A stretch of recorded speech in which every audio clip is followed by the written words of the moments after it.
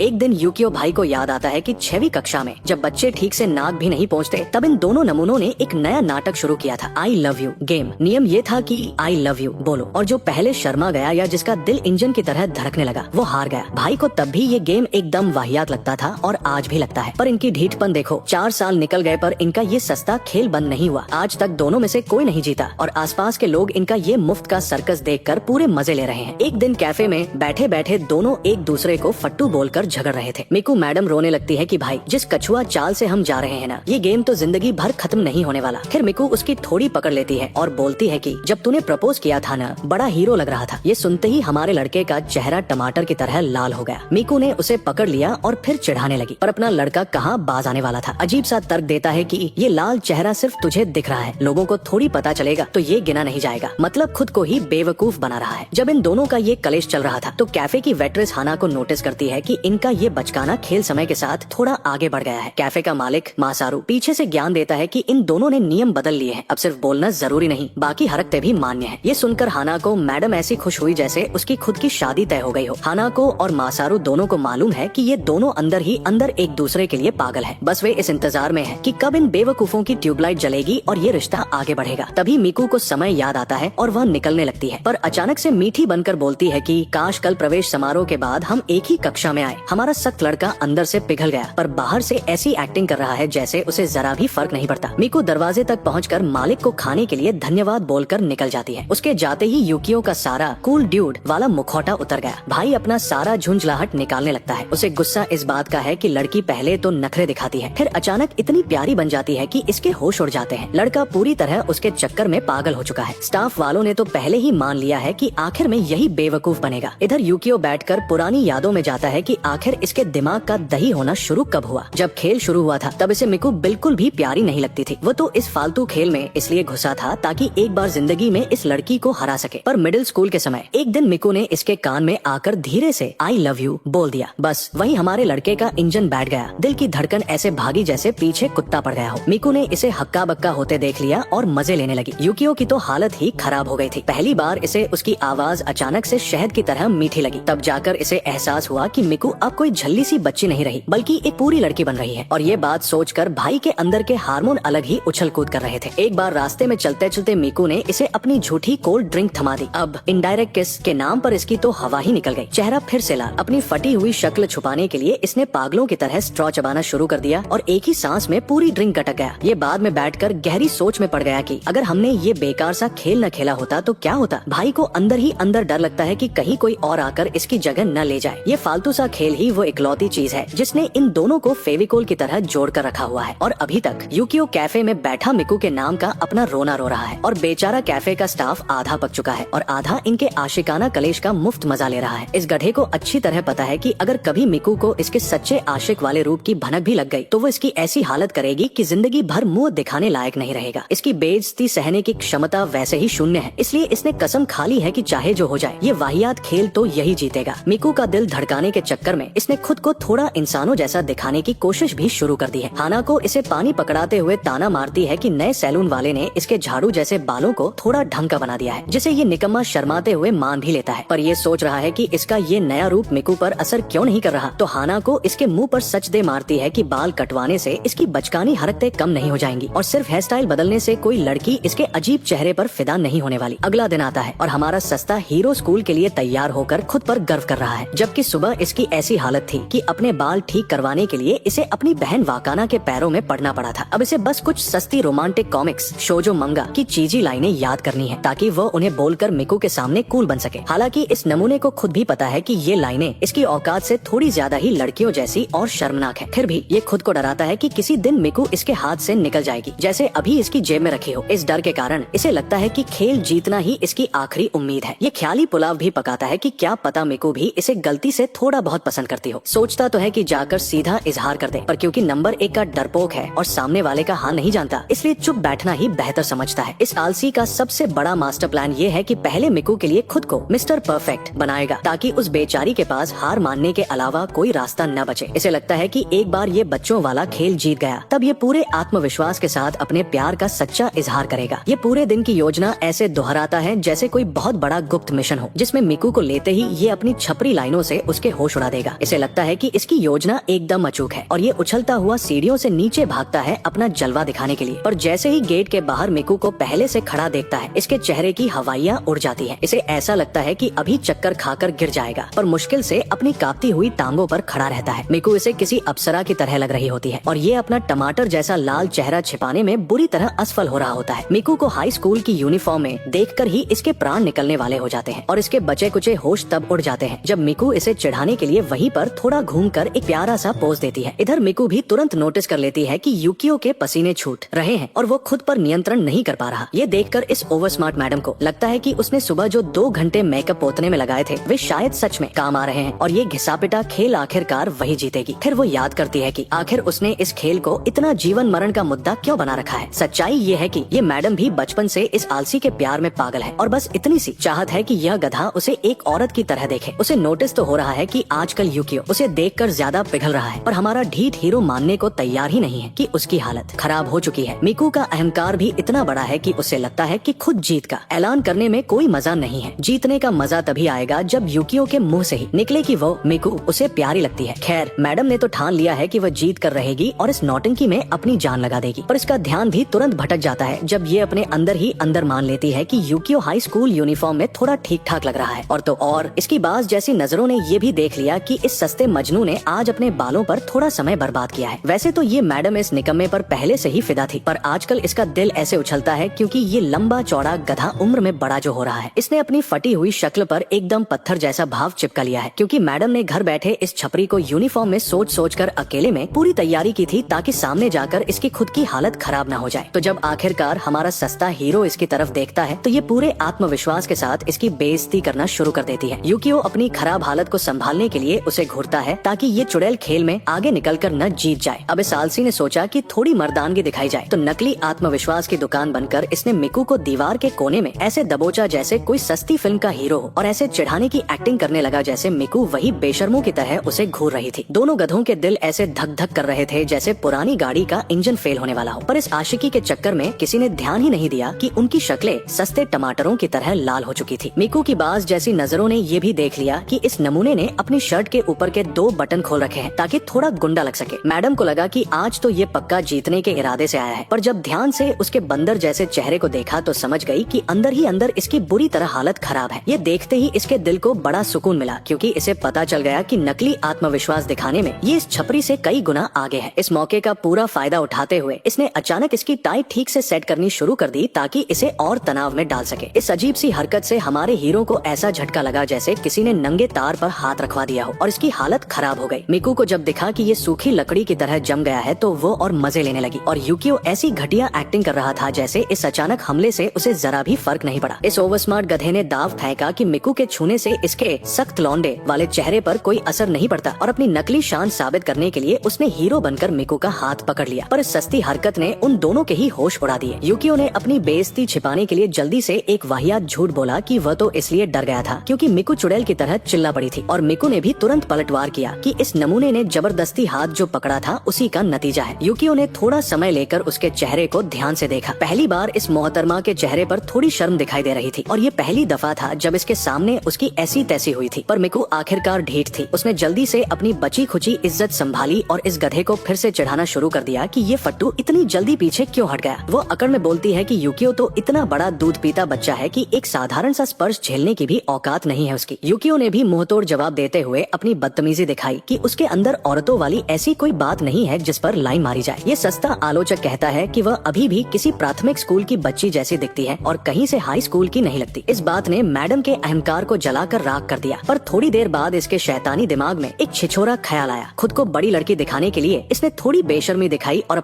को थोड़ा और ऊपर कर लिया ताकि आफत मचा सके। इधर यूकियो की तबीयत खराब हो गई जैसे ही उसने उसकी टांगे देखी और इस बेचारे को लगा कि ये कमीनी तो अब नियमों की धज्जियां उड़ाए बिना खेल नहीं रही। मिकू बड़े फख्र से अकड़ कर कहती है कि कट ऊपर करके उसने इस थरकी गधे को मजबूर कर दिया है कि वो घूर घूर कर उसे देखे और उसे पूरा यकीन है कि इस निकम्मे का नकली हीरो वाला ड्रामा अब जल्दी ही टूट जाएगा। पर अपनी थरकी हरकतों पर काबू पाने के बाद यूकियो अचानक से उसकी फिक्र करने की जबरदस्त ओवर एक्टिंग करता है। वो बड़े ज्ञानी लोगों की तरह थोड़ा सख्त होकर उसे सलाह देता है कि अपनी औकात में कट ठीक से नीचे करे, वरना दूसरे आवारा लड़के उसे अजीब नजरों से घूरेंगे। मिकू पलटकर बहस करती है कि ऐसा इस आलसी को इसलिए लग रहा है क्योंकि ये खुद ही सस्ती नजरों से उसे घूर रहा था। पर इस सारी नौटंकी और बहस के बावजूद आखिरकार शर्म के मारे वो अच्छे बच्चों की तरह अपनी कट इज्जत के साथ नीचे कर ही लेती है। फिर वो शैतानों जैसी हंसी के साथ तीर छोड़ती है कि इस चिंता का मतलब यही है न कि खेल वह जीत गई, क्योंकि अगर इस गधे की उसे उस कट में देखकर धड़कने तेज न हुई होती तो ये अचानक फिक्र करने का नाटक तो बिल्कुल नहीं करता। यूकियो अपनी फटी हुई आवाज में उसे डांटता है और नकली गुस्से में भौंकता है कि उसे जरा भी फर्क नहीं पड़ता, पर उसे पक्का डर है कि बाकी थरकी लड़के जरूर उसे घूर घूर कर देखेंगे। मैडम का अहंकार तुरंत आहत हो जाता है और वो कुत्ते बिल्ली की तरह बहस करने लगती है कि उसने साफ देखा था कि इस निकम्मे का बंदर जैसा चेहरा टमाटर बन गया था, जिससे इन गधों की एक और बकवास और गर्म लड़ाई शुरू हो जाती है। इनकी ये भौंक भौंक अचानक तब बंद होती है जब पीछे से वाकाना भूतनी की तरह आ टपकती है और ज्ञान देती है कि अगर अभी स्कूल के लिए दौड़ नहीं लगाई तो देर होने पर इनकी अच्छी खासी खबर ली जाएगी। वाकाना की बात सुनकर इन दोनों ट्यूबलाइटों के दिमाग की बत्ती जलती है और दोनों अपनी औकात भूलकर स्कूल की तरफ पागलों की तरह पूरी रफ्तार से भागना शुरू कर देते हैं। इन दोनों भांड लोगों को दौड़ता देखकर वाकाना दुख भरी सांस लेती है, ये सोचकर कि ये नमूने हाई स्कूल में पहुंच गए, पर इनकी अक्ल अभी भी घुटनों में ही अटकी हुई है, क्योंकि दोनों ने गधों की तरह पूरा रास्ता दौड़ लगाई थी। जल्द ही वे हाफते कांपते उस सकुरा पहाड़ी पर पहुंच जाते हैं जो इनके मनहूस हाई स्कूल की तरफ जाती है। अभी भी इन्हें अपनी किस्मत पर भरोसा नहीं है कि ये समय पर पहुंचेंगे या नहीं, तो हमारा बेअक्ल हीरो अपनी आदत के हिसाब से देर होने का पूरा दोष मिकू की जिद और नखरे वाली हरकतों पर डालने की योजना बनाता है। मिकू कहाँ पीछे रहने वाली थी, वो तुरंत पलटवार करती है कि खुद तो इस घिसेपिटे खेल को इतना गंभीरता से ले रहा है जैसे कोई यूपीएससी या सरकारी नौकरी की प्रतियोगी परीक्षा हो। अपनी बात साबित करने के लिए वो इस सस्ते मजनू की सुबह वाली ओवर एक्टिंग याद दिलाती है, जिसमें इसने दीवार पर हाथ मारकर कबाड़ों वाला जो वाहियात सस्ता ड्रामा किया था कूल बनने के चक्कर में। वो पूरे घमंड में छाती चौड़ी करके बोलती है कि उसे साफ दिख रहा था कि उस समय इसकी हालत खराब थी और अभी लड़ने का एक ही कारण है कि इस फट्टू को अंदर से पता चल चुका है कि इसकी नैया डूब चुकी है और ये खेल हार चुका है। यूकियो आगे से भौंकने ही वाला होता है, पर फिर उसे अचानक से दिमाग में थोड़ी अक्ल आती है और वो अपना मुंह बंद रखने का फैसला करता है। इसके बजाय ये निकम्मा अपनी रफ्तार ऐसी कम करता है जैसे इसकी बैटरी खत्म हो गई हो और पूरी तरह रुककर मिकू को 2 कदम आगे निकलने का मौका दे देता है। आखिरकार उस भोली चुड़ैल को समझ आता है कि उसके बगल में कोई नहीं चल रहा, तो वो पागलों की तरह उलझन में पीछे मुड़ती है। वो उसे अजीब नजरों से घूरती है और जैसे ही देखती है कि इस फट्टू ने कैसा पत्थर जैसा गंभीर चेहरा बना रखा है, अचानक से इस आफत का चेहरा शर्म से लाल हो जाता है। फिर यूकियो थोड़ा अकड़ में आगे बढ़ता है और उसे नीचा दिखाते हुए वहाँ से निकलता है और बड़े मजे से कहता है कि वो तो बस देखना चाहता था कि इसकी शक्ल चढ़ने के बाद कितनी बुरी लगती है। बस फिर क्या, दोनों वापस गली के कुत्तों की तरह शुरू हो जाते हैं, पर इस बार थोड़ा प्यार से, जैसे किसी ने अभी अभी इन्हें एक दूसरे का खून पीने से बचा लिया हो। एक साथ ये दोनों आलसी अपनी बची खुची इज्जत और सांस लेकर स्कूल की बची हुई सड़क पर दौड़ते रहते हैं। जब आखिरकार ये निकम्मे स्कूल पहुंचते हैं तो सांस संभालते हुए जल्दी से कक्षा आवंटन बोर्ड देखने भागते हैं। दोनों की फटी हुई शक्लों पर अचानक बल्ब जल जाते हैं, जैसे ही इन्हें पता चलता है कि नए साल में भी ये एक ही कक्षा में एक दूसरे का दिमाग खाएंगे। पर क्योंकि दोनों नंबर 1 के नौटंकीबाज हैं, तो अंदर से खुशी से नाचने के बावजूद ऐसी ठंडी एक्टिंग करते हैं जैसे इन्हें जरा भी फर्क नहीं पड़ता। उसी समय दोनों अपने झूठे दिलों से एक दूसरे से चुपचाप वादा करते हैं कि इस साल तो ये खेल जीतकर असली मास्टरमाइंड बनेंगे और इस सस्ते आई लव यू वाले कलेश को हमेशा के लिए दफना देंगे। दोनों ढीठ अंदर ही अंदर खिसियानी बिल्ली की तरह हंस रहे हैं और ख्याली पुलाव पका रहे हैं, जहाँ सामने वाला इनके पैरों में गिरकर प्यार की भीख मांग रहा हो, जबकि ये पूरी तरह अनजान है कि ये दोनों सच में एक दूसरे के प्यार में पागल हैं। थोड़ा फ्लैशबैक में चलते हैं जब मिकू और उसकी मम्मी एक नए मोहल्ले में अपना सामान लेकर रहने आए थे। अपने काम के कारण मिकू की मम्मी को इस बोझ को एक पड़ोसी के घर छोड़ना पड़ा, जो किसी और का नहीं, हमारे इसी गधे यूकियो के परिवार का घर था। पहली बार इस रोती हुई बच्ची को देखने के बाद भी यूकियो ने उसे घर में आने दिया। जैसे ही उसकी मम्मी वहाँ से गई, इस नए कलेश और बदलाव को देखकर यूकियो खुद बच्चों की तरह रोना शुरू कर देता है। अपने आंसू पोंछकर यूकियो ने इसका मुंह बंद करने के लिए थोड़ा सस्ता सा खाना बना कर दिया और इसकी इस छोटी सी मेहनत ने इस नक्चढ़ी के चेहरे पर थोड़ी मुस्कान ला दी। अब वापस वर्तमान में आओ, जहाँ अंडे का रोल बनाते बनाते मिकू उस मनहूस दिन को याद करके बिना वजह दांत निकाल कर हंस रही है। उनके नए हाई स्कूल में बाकी सब बच्चों ने अपनी औकात के हिसाब से नए दोस्त ढूंढ लिए हैं और खुशी खुशी बकवास कर रहे हैं। दूसरी तरफ हमारा निकम्मा यूकियो किसी ढीठ अंतर्मुखी की तरह कोने में पड़ा सड़ रहा है और अपनी अकेली जिंदगी का रोना रो रहा है। मिकू ने उसे पहले ही ज्ञान दे दिया था कि कक्षा के पहले दिन से पहले ही सबने एक ऐप का उपयोग करके अपनी दोस्ती पक्की कर ली है, जबकि इस बेचारे के खाते में दोस्तों का एक भी नाम नहीं आया। मिकू इस कोने में पड़े आलसी के पास आती है और तुरंत उसके इस बेइज्जती वाले अकेलेपन का मजाक उड़ाती है, क्योंकि इस पुराने जमाने के फट्टू ने अकड़ में आकर इंस्टाग्राम पर खाता खोलने से ही मना कर दिया था। अपनी औकात और गिरी हुई हालत को और जलील करवाने के लिए यूकियो अभी भी अपनी जिद पर अड़ा है कि वो खाता नहीं बनाएगा। ऊपर से मिकू को ज्ञान देता है कि उसे घर में घुसकर सड़ना ज्यादा पसंद है, जैसे कि ये कोई स्वर्ण पदक जीतने वाला काम हो। मिकू भी ताना मारती है कि वाह, इस निकम्मे को अपनी इस बेरोजगारी और निकम्मेपन पर आखिर किस बात का घमंड है। फिर ये चुड़ैल नया नाटक शुरू करती है और बोलती है कि स्कूल में एक दूसरे को उपनाम, लास्ट नेम से बुलाएंगे ताकि लोगों के बीच इनके इस सस्ते रोमांस की कोई अफवाह न उड़े। ये सुनकर इस आलसी के पैरों तले जमीन खिसक जाती है और जब मिकू अभ्यास के लिए उसे उसके उपनाम से बुलाती है तो इस रोते हुए आशिक का दिल ऐसे टूटता है जैसे किसी ने इसकी आखिरी टॉफी छीन ली हो। मिकू अचानक चुड़ैलों की तरह हंसती है और इस रोते हुए बच्चे को चुप कराती है कि वो उसे पहले की तरह यूकियो ही बुलाएगी। जैसे ही उसने वापस इसका नाम पुकारा, इस फट्टू का चेहरा फिर से शर्म से टमाटर हो गया और इससे अपनी फटी हुई शक्ल छिपाई नहीं गई। ये देखते ही मिकू ने इसकी जमकर खिंचाई शुरू कर दी, पर ये ढीठ हीरो अभी भी मानने को तैयार नहीं था कि इसकी हालत खराब हुई है। अपनी नकली मर्दानगी दिखाने के चक्कर में ये निकम्मा उसे चुनौती देता है कि दोबारा उसका नाम ले, पर इस बार उसकी इन निकम्मी आंखों में देखकर बोलना पड़ेगा। ये सुनते ही मिकू की खुद की हालत खराब हो जाती है और उसका नाम लेते समय उसकी आंखें ऐसे इधर उधर घूम रही थी जैसे परीक्षा में नकल करते समय अध्यापक को ढूंढ रही हो। जैसे ही मिकू की फटी, इस कमीने यूकियो ने एक सेकंड नहीं लगाया उसकी इस बेइज्जती का मजा लेने में और जमकर नमक छिड़का। मिकू गुस्से से किसी जनरेटर की तरह कांपने लगती है और याद दिलाती है कि वह सिर्फ इसलिए डर रही है ताकि बाकी लोग इनकी इस सस्ती आशिकी का गलत मतलब न निकाल लें। पर अचानक इसके शैतानी दिमाग की बत्ती जलती है कि अगर लोगों ने इनके चक्कर के बारे में कुछ गलत सोच भी लिया तो वह तकनीकी रूप से गलत थोड़ी ना होगा। आखिर दोनों एक दूसरे के प्यार में पागल जो है। ये सुनकर यूकियो के मोटे दिमाग का फ्यूज उड़ जाता है। ये दोनों तकनीकी रूप से अकेले हैं और अपनी अपनी जिंदगी में पड़े हुए हैं, पर मिकू की बातों से ऐसा लग रहा था जैसे वह इसके गले ही पड़ना चाहती हो। मिकू ने नोटिस किया कि ये गधा उसकी बातों पर किसी शौकिया वैज्ञानिक की तरह गहरी सोच में डूबा है, तो चिढ़ाते हुए पूछती है कि इस फट्टू ने उनके रिश्ते को आखिर क्या समझ रखा था। यूकियो चिढ़कर कुत्ते की तरह भौंकता है कि इनकी औकात सिर्फ बचपन के दोस्तों वाली ही है। तभी पीछे से दो लड़कियां मिकू को आवाज लगाती है और वह इस रोते हुए आशिक को छोड़कर वहाँ से खिसक लेती है। यूकियो अपनी सड़ी हुई शक्ल वापस डेस्क पर झुकाता है और अकेले में रोता है कि क्या ये नकचड़ी सिर्फ इसकी ऐसी तैसी करने ही उसके पास आई थी। इस निकम्मे को पता भी नहीं चलता कि वे दोनों लड़कियां इसके सिर पर आकर खड़ी हो गई हैं। जब तक मिकू इसकी बेइज्जती करते हुए इसे अपना बचपन का दोस्त परिचय नहीं कराती। वे दोनों बंदरिया अपना नाम अकाने और मारिका बताती है। यूकियो उन्हें नमस्ते बोलने में ऐसे हकलाता है जैसे इसकी जुबान को लकवा मार गया हो, क्योंकि इस प्रमाणित अंतर्मुखी की औकात ही नहीं है लड़कियों से ढंग से बात करने की, जिस पर मिकू ने बड़े मजे से आग में घी डाल दिया। वे बेचारी लड़कियां सदमे में थी क्योंकि इस निकम्मे की शक्ल थोड़ी धोखा देती है और लगता है जैसे ये बहुत लोकप्रिय होगा। अकाने ज्ञान देती है कि इसका उपनाम थोड़ा अजीब है, तो यूकियो अकड़ में आकर किसी सड़क छाप इतिहासकार की तरह बताता है कि ये किसी शिनसेंगुमी की वर्दी के रंग जैसा है। अगले ही सेकंड इस फट्टू के चेहरे की सारी हवाइयां उड़ जाती है क्योंकि इसे एहसास होता है कि ये एकदम नंबर 1 का चश्मिश नर्ड लग रहा है, पर ये थोड़ा नकली आत्मविश्वास लाकर उनके सामने इज्जत बचाने की ओवर एक्टिंग करने लगता है। वे लड़कियां तुरंत पूछती हैं कि क्या इसे एनीमे देखने की बीमारी है। ये गधा बताता है कि आजकल ये कॉस्मो कनेक्ट देखकर अपना समय बर्बाद कर रहा है। ये सुनते ही अकाने ऐसे उछल पड़ती है जैसे इसे मुफ्त का राशन मिल गया हो और किसी फैंटेसी एनीमे की पूरी कहानी उबाऊ तरीके से सुनाने लगती है। यूकियो के निकम्मे दिमाग में तुरंत वह कहानी क्लिक कर जाती है और ये बताता है कि उस एनीमे के मुख्य नायक की आवाज देने वाला कलाकार इसे पसंद है। जैसे ही इसने ये फालतू बात बोली, अकाने और मारिका इसके साथ ऐसे बातें करने लगती है जैसे ये उनका पिछले जन्म का बिछड़ा हुआ भाई हो। मिकू ये सब देखते हुए पूरी तरह सदमे में है और इसकी शक्ल ऐसी फटी की फटी रह गई क्योंकि उसने सपने में भी नहीं सोचा था कि ये थरकी इतनी आसानी से बाकी लड़कियों के साथ सहज होकर बातें कर सकता है। तभी अकाने ओवर स्मार्ट बनते हुए इस आलसी से पूछती है कि क्या वो इसे इसके पहले नाम से बुला सकती है। ये सुनते ही मिकू जलकर राख हो जाती है और उसकी तबीयत खराब होने लगती है, पर उसकी जान में जान तब आती है जब ये फट्टू उस लड़की को मुंह पर मना कर देता है और उसकी इस सस्ती विनती की धज्जियां उड़ने के बावजूद अकाने अपनी बत्ती सी दिखाती रहती है और इन दोनों फुकरों के बीच की अजीब सी छपरी दोस्ती जैसी तैसी बनी रहती है। वही दूसरी तरफ मिकू अपना दिमाग घास चरने भेजकर चुपचाप इस निकम्मे यूकियो की अजीब सी बंदर जैसी मुस्कान को घूरती रहती है जब वह दूसरों के सामने ज्ञान बांट रहा होता है। थोड़ी देर दिमाग चाटने के बाद अकाने और मारिका वहाँ से खिसक लेती है। यूकियो अपनी रुकी हुई सांस ऐसे छोड़ता है जैसे सदियों बाद ताजी हवा मिली हो, पर अगले ही पल उसे एहसास होता है कि मिकू के अंदर से किसी चुड़ैल जैसी काली आत्मा वाली आभा निकल रही है। यूकियो का चेहरा सदमे से ऐसी फटी पतंग जैसा हो जाता है जिसे देखकर मिकू हड़बड़ा कर अपना सस्ता थोपड़ा छिपाने लगती है क्योंकि उस बेअक्ल को खुद नहीं पता कि इस गधे ने उसकी कौन सी भयानक शक्ल देख ली है। यूकियो अपने शून्य बुद्धि वाले दिमाग से उसे ध्यान से घूरता है और अपने आप को नंबर 1 का मनोवैज्ञानिक समझते हुए अंदाजा लगाता है कि शायद ये नक चढ़ी जल भुन रही है। अपनी इस खुजली को शांत करने के लिए ये फट्टू थोड़ी हिम्मत करके चुपके से उसके हाथ को छू लेता है। छूते ही मिकू के गले से किसी मरी हुई मुर्गी जैसी अजीब सी आवाज निकलती है और वो भूत देखने जैसा झटका खाकर दूर उछल जाती है। पूरी कक्षा इन दोनों नमूनों का मुफ्त का तमाशा देखने के लिए पलट जाती है, जबकि ये दोनों बेवकूफ एक दूसरे को ऐसी फटी आँखों से देखते हैं जैसे इनके अंदर की सारी हवा निकल गई हो। फिर अचानक यूकियो का फ्यूज उड़ जाता है और वो पागलों की तरह दांत निकाल कर हंसने लगता है। वो धीरे धीरे अपनी नकली हीरो वाली चाल चलकर मिकू की तरफ बढ़ता है और पूछता है कि उसने ऐसी सस्ती आवाज क्यों निकाली। और हमेशा की तरह मिकू इस गलती का पूरा ठीकरा इस फट्टू के सिर फोड़ देती है। आखिरकार वो चुड़ैल मान ही लेती है कि जब वो उसकी सहेलियों से बातें कर रहा था तो वो उसके उसी घटिया से मुंह को याद कर रही थी। यूकियो कहाँ चुप बैठने वाला था, उसने तुरंत पलटवार करके तीर छोड़ा कि मिकू की खुद की शक्ल थोड़ी देर पहले उससे भी ज्यादा घटिया लग रही थी। अपनी इस बदतमीजी के बाद भी ये बेशर्म गधा मान लेता है कि बाकी दुनिया के बजाय मिकू जैसी आफत के साथ भौंकना इसके लिए ज्यादा आसान है। वो अपनी सस्ती अहंकार बचाने के लिए मुंह फेरता है और फालतू का ज्ञान बांटता है कि बाकी लड़कियां तो बिना बैटरी के रेडियो की तरह लगातार बकबक करती रहती है। मिकू को समझ आ जाता है कि ये इस ढीठ अंतर्मुखी का उसे खुश करने का एकदम अजीब और बेकार तरीका है। वो वापस इस आलसी के पास जाती है और थोड़ी ठीक ठाक आवाज में उसे पुकारती है। जैसे ही ये अपना बेकार सा थोपड़ा उसकी तरफ घुमाता है, वो थोड़ी और ओवर एक्टिंग वाली नरमी से दोबारा इसका नाम लेती है ताकि इसकी थोड़ी और हवा टाइट कर सके। प्रवेश समारोह की नौटंकी को बीते करीब 1 हफ्ता हो चुका है। तभी मिकू को ये यूकियो किसी अनाथ बच्चे की तरह कैफेटेरिया में अकेले सड़ता हुआ मिल जाता है। वो बड़ी बेशर्मी से इसके कान से ईयरबड नोच लेती है जिससे इसकी अटकी हुई जान बाहर आती है और मिकू इस निकम्मे की अकेली जिंदगी का मजाक उड़ाकर अपनी छपरी डांट फटकार शुरू कर देती है। वो इस निठल्ले को अपनी सहेलियों के झुंड में घुसने का मुफ्त प्रस्ताव देती है, पर यूकियो फिर से अकड़ में आकर मुंह फेर लेता है और ताना मारता है कि कैसे उस दिन ये चुड़ैल जलन में कबाब बन रही थी। मिकू अपना डिब्बा मेज पर ऐसे पटकती है जैसे बहुत बड़ा एहसान कर रही हो और इस फट्टू के बगल में आकर चिपक जाती है जिससे इसके बचे कुचे होश उड़ जाते हैं। मिकू हवा बनाते हुए बताती है कि उसने अपनी चमचियों को पहले ही रास्ता नापने को बोल दिया है क्योंकि आज वो इसी आलसी के साथ खाना ठूसेगी। हालांकि ये हीरो बाहर से सख्त लौंडा बनने की एक्टिंग कर रहा था पर अंदर ही अंदर शुक्र मना रहा था कि चलो किसी आफत ने तो इसके साथ बैठने की मेहरबानी की। अचानक आवारा लड़कों की एक टोली वहाँ आ टपकती है और इस मिकू के आगे पीछे पूंछ हिलाने लगती है। उन फुकरों का सरदार हयातो अपनी झूठी शान दिखाते हुए खुद को आगे करता है और हवा बनाता है कि वह कक्षा में यूकियो के पीछे ही बैठता है। पर ये निकम्मा इतना बड़ा दिमाग से पैदल है कि हमारे असली फट्टू हीरो यूकियो का नाम ही गलत बोल जाता है। हयातो बड़े नकली आत्मविश्वास के साथ मिकू के बाएं ऐसे धंस जाता है जैसे बाप की संपत्ति हो और शुरू हो जाता है बकवास करने में। यूकियो अपने मोटे दिमाग में सस्ती थ्योरी बनाता है कि इस छपरी को शायद मिकू से बात करने का मौका नहीं मिलता क्योंकि ये बंदरिया हमेशा अपने ही कबीले से घिरी रहती है। यूकियो सोचता है कि मिकू इस नए कलेश हयातो से तंग आ गई होगी, पर जब वह इसकी तरफ घूरता है तो वो अपनी चालू आंखों से इशारा करती है कि इसे जरा भी फर्क नहीं पड़ रहा और ये बिल्कुल ढीठ बनकर ठीक है। वो हयातो के साथ अपनी टाइम पास वाली बातचीत जारी रखती है और इधर हमारा बेचारा निकम्मा यूकियो उसके बगल में गूंगा बनकर बैठने में ही अपने सस्ते मजे लूट लेता है। उसी शाम को अपने घर के बिल में घुसकर यूकियो अगले दिन का डिब्बा तैयार करने की नौकर जैसी मेहनत करता है। वो वाकाना को झूठी कहानी सुनाता है कि वो खाने के पैसे बचाकर कंजूस बनने की कोशिश कर रहा है, पर असलियत में ये निकम्मा मिकू जैसी नकचढ़ी के साथ ज्यादा डिब्बा खोलने की फिराक में अपने ही पैरों पर कुल्हाड़ी मार रहा है। तभी इसके दिमाग की बत्ती के साथ फोन की बत्ती भी जलती है और देखता है कि मिकू का संदेश आया है जिसमें ये चालाक लोमड़ी उसे कल फिर से साथ में खाना ठूसने का चारा डाल रही है। अगले दिन जब पेट पूजा का समय होता है तो ये दोनों फुकरे मिकू और यूकियो लोगों की नजरों से छिपकर एक निजी कोने में घुस जाते हैं। मिकू अपने नकली दांत निकालते हुए इस भुक्खड़ को अपने हाथ का बना हुआ बेंटो डिब्बा थमा देती है जिसमें न जाने कौन सा कचरा भरा होगा। यूकियो डरते डरते डिब्बे का ढक्कन खोलता है और देखता है कि खाना गलती से इंसानों के खाने लायक लग रहा है। उस सस्ते भोजन को देखकर ही इसके पेट में और फट्टू दिल में कबूतर उड़ने लगते हैं, पर अचानक इसके बेअक्ल दिमाग में उनके उस वाहियात खेल की घंटी बज जाती है। जैसे ही ये मिकू की आफत भरी शक्ल को वापस देखता है, वो पहले से ही ओवर स्मार्ट और शैतानी मुंह बनाए इसे घूर रही होती है। मिकू थोड़ी टांग खींचते हुए धमकी भरे अंदाज में चिढ़ाती है कि इस भुक्खड़ का दिल तो उछलेगा ही, क्योंकि आखिर उसने उस आलसी के लिए अपने हाथों से जो बनाया है। यूकियो की चिढ़कर ऐसी तैसी हो जाती है क्योंकि इस आइटम ने उसके लिए ये डिब्बा किसी सच्ची फिक्र में नहीं बल्कि अपना छपरी खेल जीतने के चक्कर में बनाया था। मिकू किसी सड़क छाप पागल की तरह जोश में आकर इस सस्ते मजनू को उस खाने को चखने का दबाव डालती है तो ये बेचारा डरते हुए डिब्बे से न्यूमोनिया, हाँ भाई, मूल पाठ का वही सस्ता गलत टाइप किया हुआ बीमारी वाला नाम जैसी कोई अजीब सी फटी चीज का टुकड़ा अपनी उंगलियों से उठा लेता है।